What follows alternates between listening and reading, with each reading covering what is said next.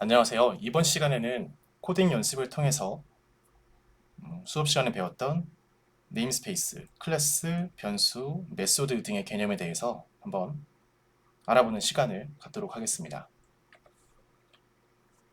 우선 .NET 프레임워크에는 이미 상당한 많은 기능들이 구현되어 있습니다. 그것이 메소드의 형태를 구현되어 있는데요.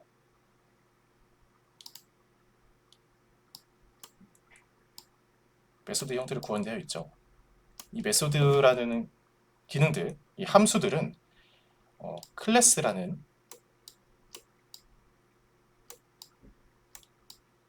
집합에 들어가 있습니다. 클래스라는 공간 안에 메소드라는 기능들이 구현되어 있는 거죠. 그럼 이 클래스들은 다시 한번 네임스페이스라는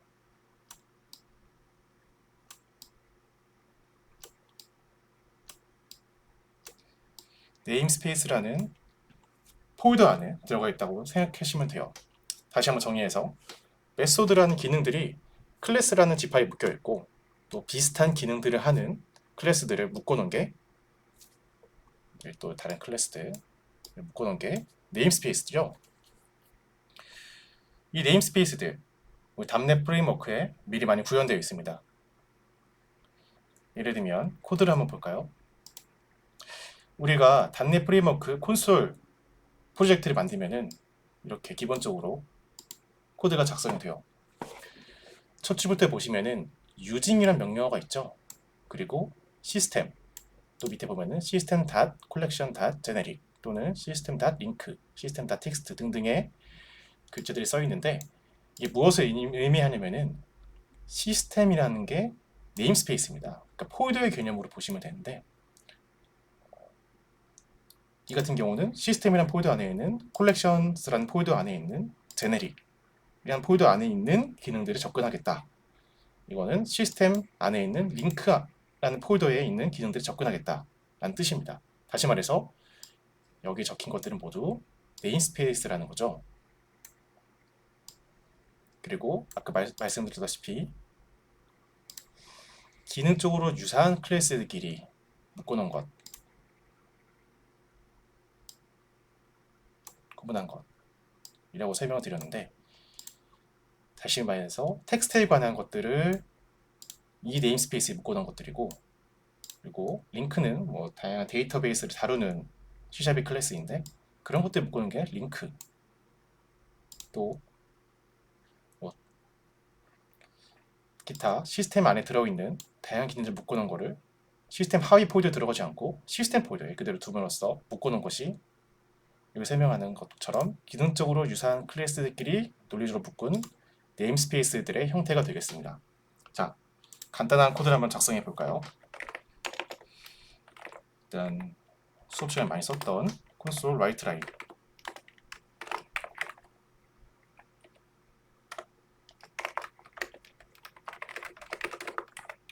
컨트롤 F5로 실행을 해볼게요. 자, 실행이 되죠. 이 출력 결과는 우리가 13번째 줄에서 콘솔이라는 클래스에 있는 보시면 콘솔이라는 초록글씨 안에 밑에 박스를 보시면 파란색으로 클래스라는 단어가 써 있죠. 이 콘솔이라는 것은 파란색 클래스인데 시스템이라는 네임스페이스 안에 있는 콘솔이라는 클래스다 라는 것을 의미합니다. 그러면 그 다음 메소드 writeLine이라는 것은 보이드라는 타입의 노란색 글씨 메소드인데 이 메소드는 콘솔이라는 클래스 안에 있는 메소드라는 뜻이에요. 자, 한번 볼까요? 우리가 비주얼 스튜디오에서 해당 메소드 또는 클래스에 또는 변수에 선언부에 접근하고 싶을 때는 F12 키를 눌러주면 됩니다. 그래서 writeLine에 F12 키를 눌러주면은 writeLine에 선언되어 있는 정의되어 있는 곳으로 이동할 수가 있어요. 보시면 void 타입의 메소드인 writeLine은 어떤 블록에 묶여 있는데 이 블록은 여기 시작되고 콘솔이라는 클래스, 다시 말해 콘솔이라는 클래스 안에 밑에 WriteLine이라는 메소드가 선언되어 있는 것이죠. 다시 콘솔이라는 클래스는 이 상위 블럭을 보시면 시스템이라는 네임스페이스에서 선언되어 있습니다. 즉 우리가 시스템 WriteLine이라는 기능을 사용하려면은 콘솔이라는 클래스를 불러와야 되고, 이 콘솔이라는 클래스를 불러오려면 시스템이라는 네임스페이스에 접근을 해야 된다는 뜻이 되겠죠. 좀 더 직관적으로 코딩을 하게 되면은 유징이라는 기능을 빼고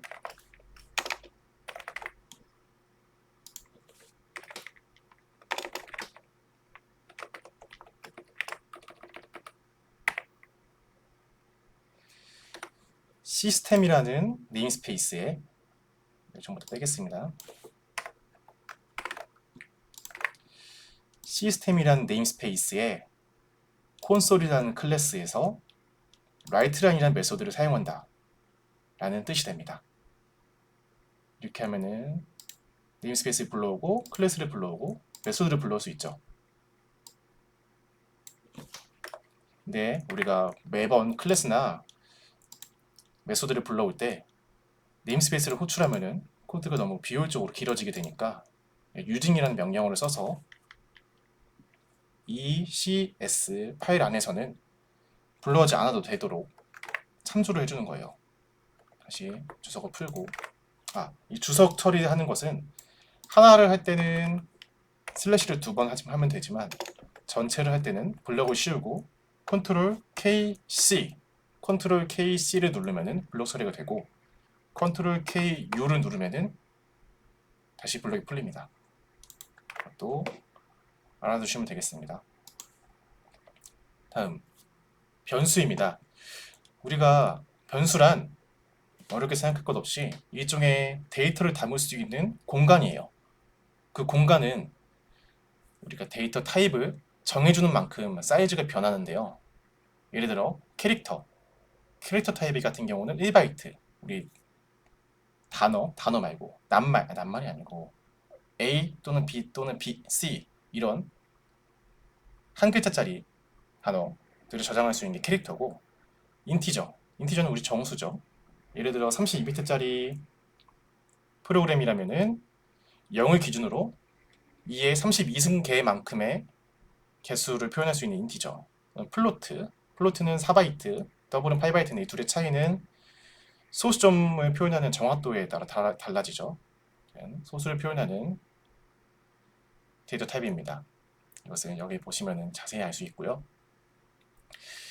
다시 변수로 돌아가서 우리가 정수 1이라는 정수를 담으려면은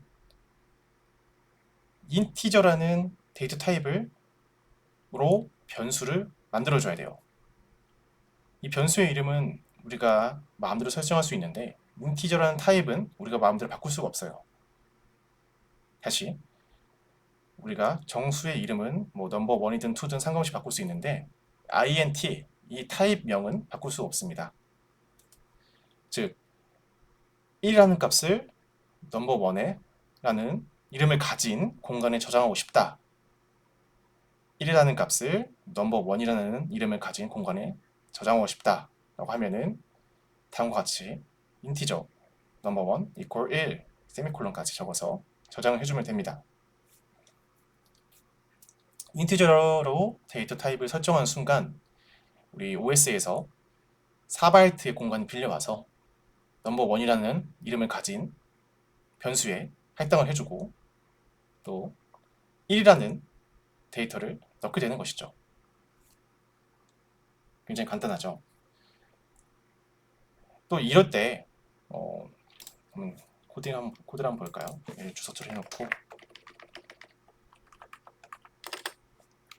인티저 넘버 1 equal 1. 지금 같은 경우는 정수를 집어넣을 때는 넘버 1이 전혀 문제 없이 작동을 해요. 한번 볼까요?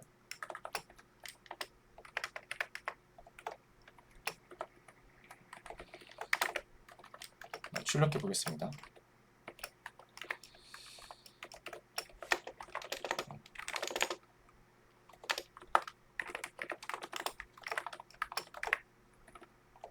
컨트롤 F5 실행하면은 1이 보이죠? 근데 여기서 1.0f, 1.0f는 플로트 타입을 의미합니다. 여기서 플로트로 바꿔주면은 1 이렇게 출력을 하게 되는 것이죠. 근데 할당 연산자를 기준으로 우측의 타입과 좌측의 타입이 달라지는 경우, 예를 들면 우측은 지금 플로트인데 좌측이 인티저면 다음과 같은 에러가 뜨게 됩니다. 암시적으로 플로트 형식을 인티저 형식으로 변환할 수 없습니다 라는 에러 메시지가 뜨게 되죠. 따라서 꼭 반드시 그 타입을 통일시켜 줘야 됩니다.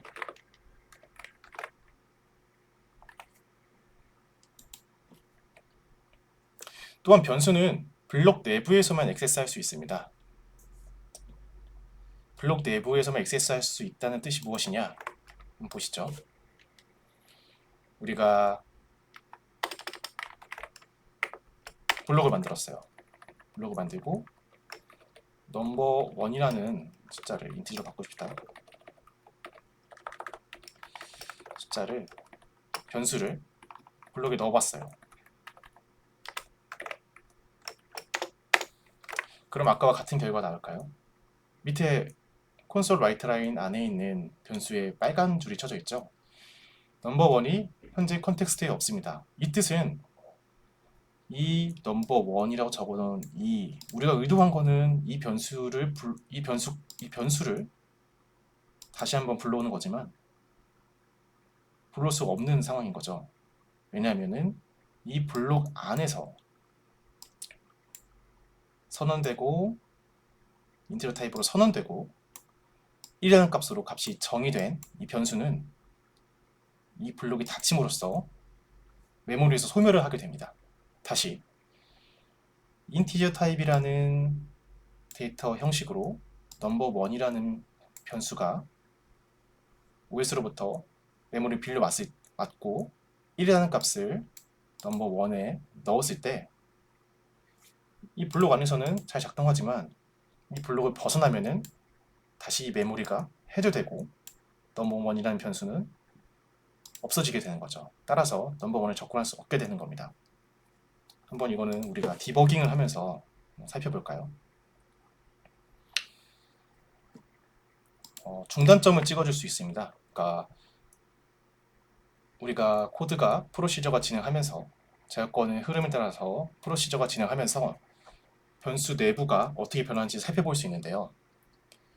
이 번호 몇 번째 줄인지 옆에서 좌클릭을 해가지고 이렇게 중단점을 찍어줄 수도 있고 빨간색 점으로 중단점을 찍어줄 수도 있고 아니면 여기에 커서를 갖다 대고 클릭을 한 다음에 F9 단축키 F9로 중단점을 찍어줄 수 있습니다. 여기서 우리가 배웠던 디버깅 시작을 누르면은 디버그를 할 수 있는 것이죠. 일단 에러가 나온 거 지우고 한번 볼까요? 디버깅 시작을 하겠습니다. 자,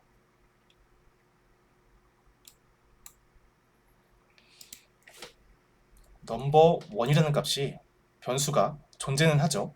하지만 아직 값이 할당되지는 않았습니다. 그래서 이 줄이 지나면은 우리가 예상하기로는 의도하는 바로는 1이라는 값이 넘버 1에 할당이 되겠죠. 밑에 다 볼까요? 디버그 고 프로시저 단위 실행 F10 그러면은 한 줄이 진행이 되죠. 밑에 보면은 넘버 1이란 값이 값 안에 이 값은 넘버 1이라는 변수는 인티저 형식이고 이 안에 1이라는 값이 할당이 되는 걸 볼 수 있어요. 하지만 다시 한번 F10을 눌러보겠습니다. 여기서는 괄호가 나왔죠. 조사식으로 가봐서 우리가 넘버1이라는 아이를 한번 찾아보겠습니다. 넘버1이라는 변수는 더 이상 존재하지가 않아요. 즉, 이 변수, 이 괄호를 통과하는 순간 이 변수는 소멸되는 걸 알 수 있죠. 다시 Shift F5로 디버깅을 끝내고 다시 한번 디버깅 해볼게요. 이 줄까지 진행됐을 때는 넘버1이라는 인티저 변수의 값이 할당이 안 됐고 F10을 누르면 한 줄 이동, 1이 할당이 됐으며 다시 한번 이동하면은 트래고침 할게요. 넘버1이 사라지는 거죠. 즉, 블록이 닫히는 순간 이 안에서 선언됐던 변수는 더 이상 밖에서 사용할 수가 없습니다. 하지만 반대로 밖에서 사용됐던 건 선언됐던 건 안에서 사용할 수 있죠.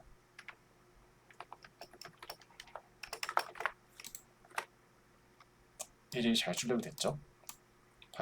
블록 밖에서 선언되고 정의된 건 안에서 사용될 수 있습니다. 간단하게 덧셈을 한번 만들어 보겠습니다. 코드와 같이 넘버1, 넘버2 만들어 주고요. 정의를 해주고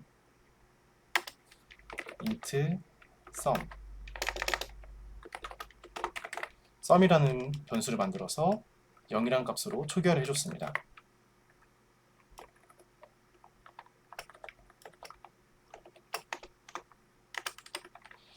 그래서 sum equal 넘버1 플러스 넘버2를 해줄게요. 이렇게 되면 논리적으로 넘버1이라는 인티저 타입의 변수에 1을 할당하고 넘버2라는 인티저 타입의 변수에 2를 할당하고 sum이라는 인티저 타입의 변수에 0을 할당한 뒤 다시 sum이라는 인티저 타입의 변수에 넘버1이라는 변수와 넘버2라는 변수를 합해주는 거죠. 그러니까 넘버1의 값과 넘버2의 값을 합해주면서 sum에 집어넣어라. 우리가 여태까지 살면서 배웠던 사칙 연산 중에 가장 쉬운 덧셈입니다. 그래서 sum을 하면은 물론 우리가 의도한 대로 3이 나오겠죠. 봅시다. 3이 나오게 되는 거죠. 이 간단한 기능이어도 제가 설명드린 것처럼 변수의 이름, 데이터 타입, 값의 할당 이런 구조들이 컴퓨터가 보는 시각에서는 내부적으로 계속 이루어지고 있는 겁니다.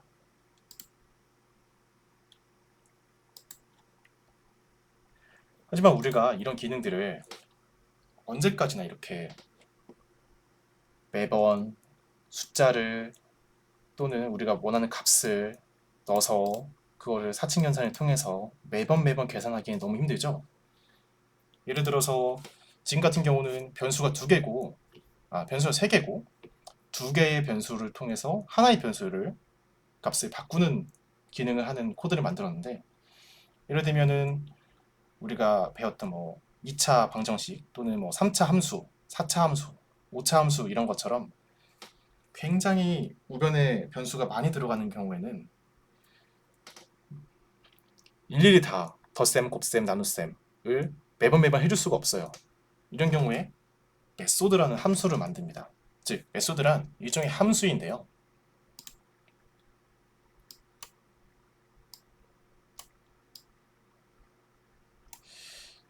인풋이 들어가면은 아웃풋이 나오는, 우리가 흔히 여태까지 배웠던 함수랑 비슷한 개념이죠.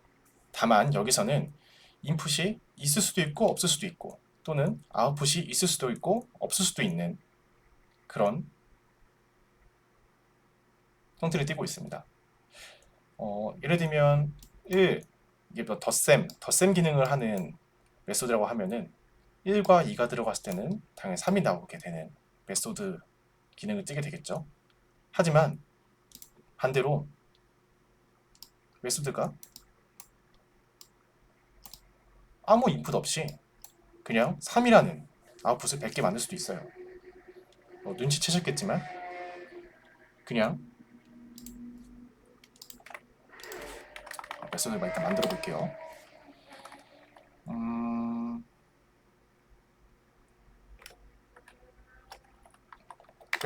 메소드도 그 데이터 타입을 정해줘야 돼요.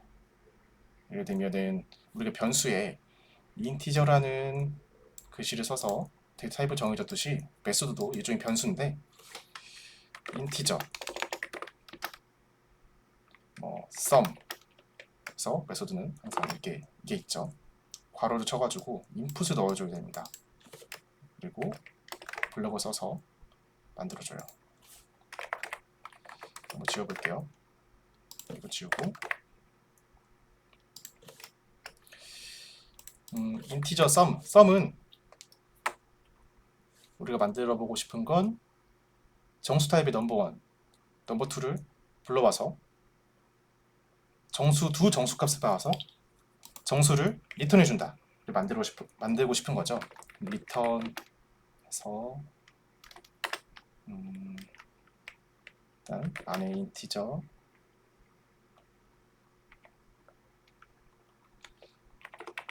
솔루션이라고 하나 만들어 놓겠습니다. 이 솔루션을 리턴해주고 싶다. 더 간단히 만들어 보겠죠. sum이라는 거는 두 인티저를 받아서 a랑 b라는 인티저를 받아서 a 플러스 b를 리턴해주고 싶다 라는 간단한 메소드를 만들어 봤습니다. 다시 sum이라는 이름의 메소드는 인티저 타입의 메소드이며 이 인티저 타입의 메소드란 뜻은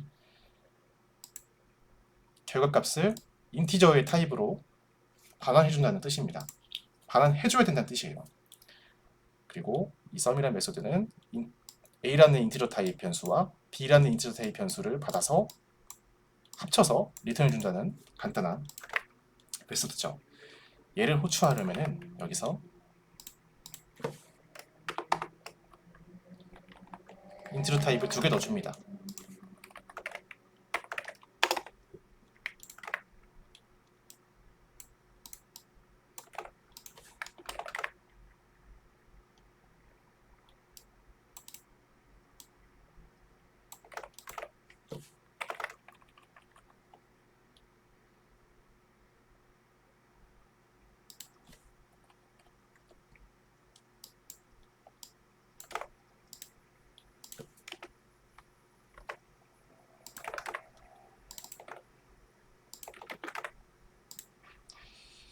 인티저 타입을 2개 넣어주면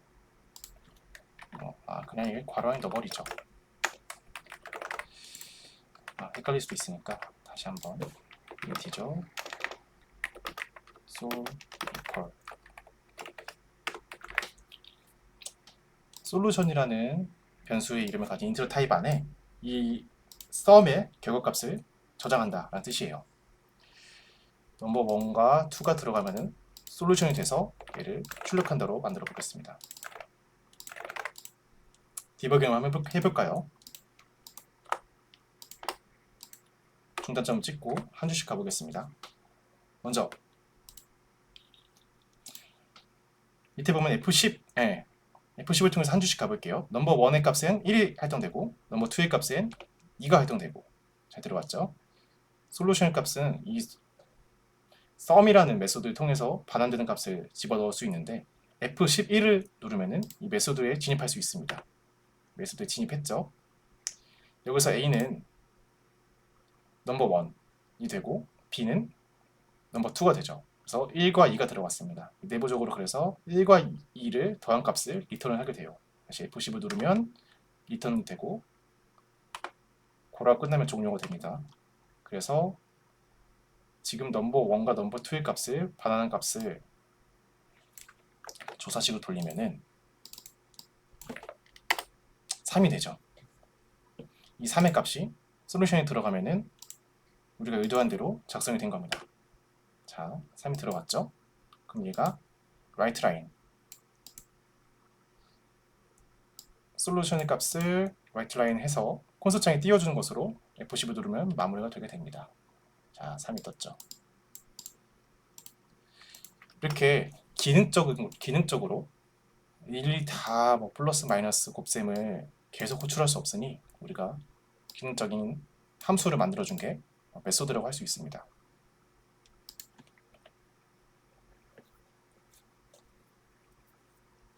보시면 제가 설명드린 것들이 적혀 있고요. 이것은 우리가 코딩하면서 글쓰기에 대한 내용, 글쓰기처럼 코딩을 하라는 내용을 적어 놓은 건데 한번 가볍게 읽어보시고 좀 쉬운 내용을 어렵게 써놨는데 제가 여태까지 설명드린 것들을 어렵게 써놓은 내용입니다. 자, 개인 문자. return과 newline, 역/r과 역/n의 차이가 무엇인가? 이것을 한번 출력을 하면서 봐볼까요? 다 지우고 writeline 안녕하세요.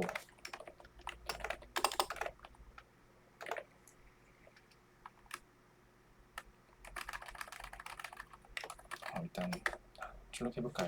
우리가 알다시피 writeLine은 글자를 출력하는 메소드죠. 자, 이걸 실행하면은 안녕하세요가 뜨게 됩니다. 하지만 메소드 중에 write라는 메소드도 있어요. 이건 뭘까?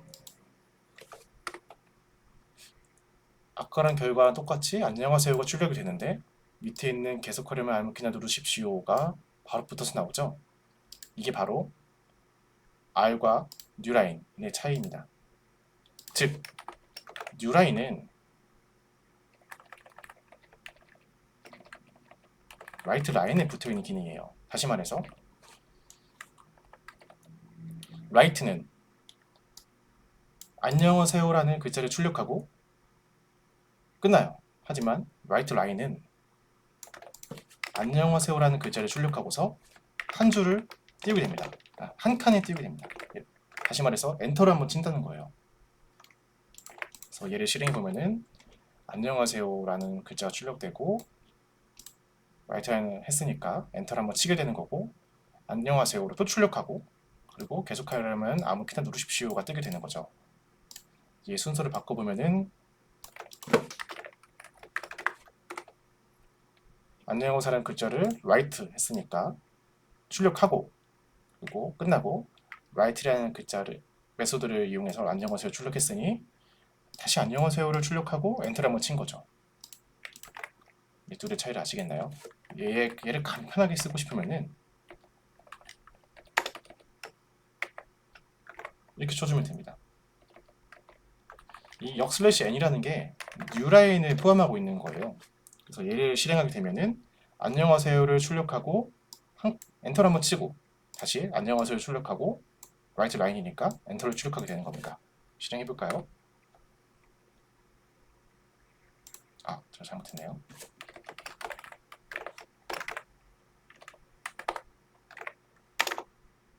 역/였야 됐는데 잘못했어요. 역/ 원자로 표시되는 거죠. 출력하면은 이렇게 안녕하세요 하고 역/n 그리고 안녕하세요가 되는 거죠. 자, 이거 되셨죠? 간단한 실습을 통해서 우리가 수업 시간에 배웠던 변수, 메소드, 클래스, 네임스페이스에 대해서 알아봤는데 이해가 되셨으면 좋겠습니다. 또 우리가 중단점을 찍고 이렇게 수동으로 숫자 옆에 빨간색 점 중단점을 찍고 디버깅 시작 F5 키로 내부적으로 변수들이 어떻게 변하는지 관찰하는 것에 대해서도 한번 알아봤습니다. 이것은 굉장히 중요한 과정이에요. 처음에 변수들의 특성을 우리가 많이 듣고 클래스가 뭔지도 들었지만 변수가 어떻게 변하는지에 대해서는 실제로 컴퓨터의 시각에서 보면 굉장히 복잡한 영역이거든요. 그래서 부디 중단점을 찍고 디버깅하고 여기서 보시면 F10, F11 프로시저 단위로 실행하거나 한 단계씩 코드를 실행해 가면서 어떻게 변하는지 조사식에 변수 이름을 쳐보고 또 자동으로 익혀지는 보시면 다시 여기서 지우고 했을 때 자동에 변수들이 생기죠. 콘솔에 writeLine 지나가면은 도면 출력이 되겠죠. 또 이 값들이 어떻게 변하는지 여기 자동에서 볼 수 있지만 가끔씩 조회가 안 되는 경우가 있으면은 여기서 조사식을 통해서 변수 이름을 넣으면은 데이터 타입과 값을 볼 수 있고, 또 F10을 통해서 진행하면은 빨간색으로 값이 변했다는 것도 볼 수 있고요. 이런 디버깅을 통해서 내부적으로 어떻게 변하는지 컴퓨터의 시각으로 한번 돌아보는 시간을 갖는 것도 좋은 학습 방법이 될 거라고 생각이 됩니다. 오늘 시스템은 여기까지 하고, 수업에서 다루는 예제 코드들을 차근차근 이렇게 뜯어보시면서 공부할 수 있는 기회가 됐으면 좋겠습니다. 수고하셨습니다.